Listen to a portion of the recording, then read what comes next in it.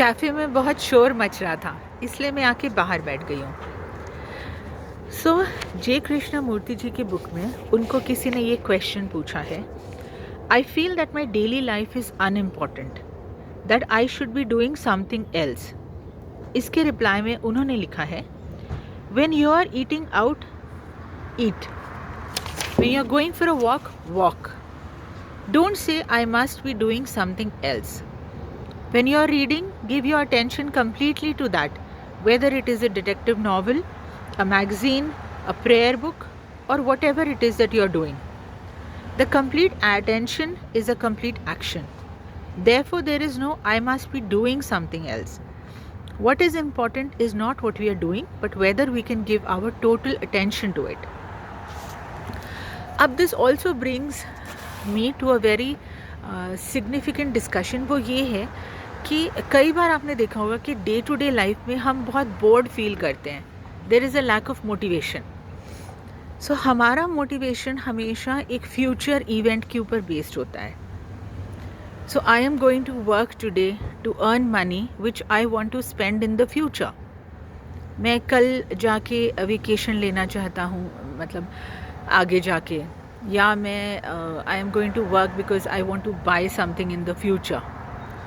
So the motivation is coming from a event or a future planning जो आपने अपने mind में की है, राइट? इसलिए क्या होता है कि आपका जो डे टू डे लाइफ है उसके में आप जॉय नहीं आपको मिल रहा, because your joy is connected to that future event. So आप अपने डे टू डे लाइफ में बोर्ड फील करते हैं. There is lack of motivation. आपको इंसेंटिव जो आप खुद को दे रहे हैं वो फ्यूचर का है. It is connected to something that will happen later on, right? But आपका जो बोर्डम है, जो आपका अनहैप्पीनेस है, that is today. So if we can cut this thread of today and future का जो हमारा इंसेंटिव है, if you can get rid of this, then you will see that your joy will come from your day-to-day activities. आप happily जो भी routine काम कर रहे हैं या आप वर्क पे जा रहे हैं, see everyday life is made up of very normal mundane routine activities.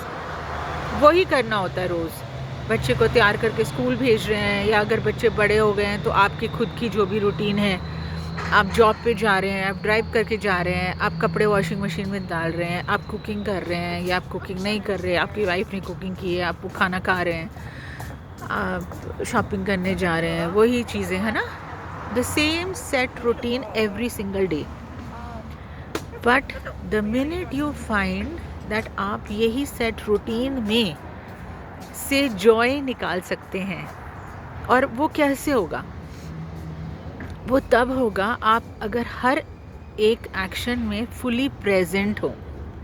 अगर आप ये फीलिंग को हटा सकें कि मैं ये काम करने के बाद में ये काम करूँगा, या मैं खाना बनाने के बाद में I will go watch TV. So the source of happiness is the television, not the cooking, right? Eckhart Tolle भी अपनी एक बहुत बेस्ट सेलर बुक जो बहुत फेमस है, उसमें भी यही बात बोलते हैं, the power of now.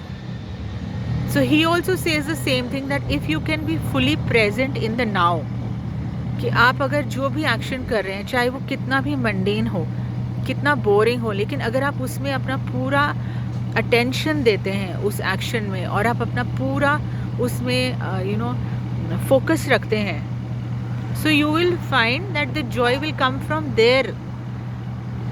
आप जब भी किसी भी एक्शन में फुली प्रेजेंट होंगे तो आप उसी एक्शन में हैप्पी होंगे. सो आपका जो सोर्स ऑफ अनहैप्पीनेस है इज ऑल्सो कि आप constantly you are wanting something that is there in the future instead of being okay with whatever is there in the present. Eckhart Tolle की book भी मेरी बहुत favourite है, और मैंने उसको मल्टीपल टाइम्स रीड किया है. I will read something from that book next time that I make a video.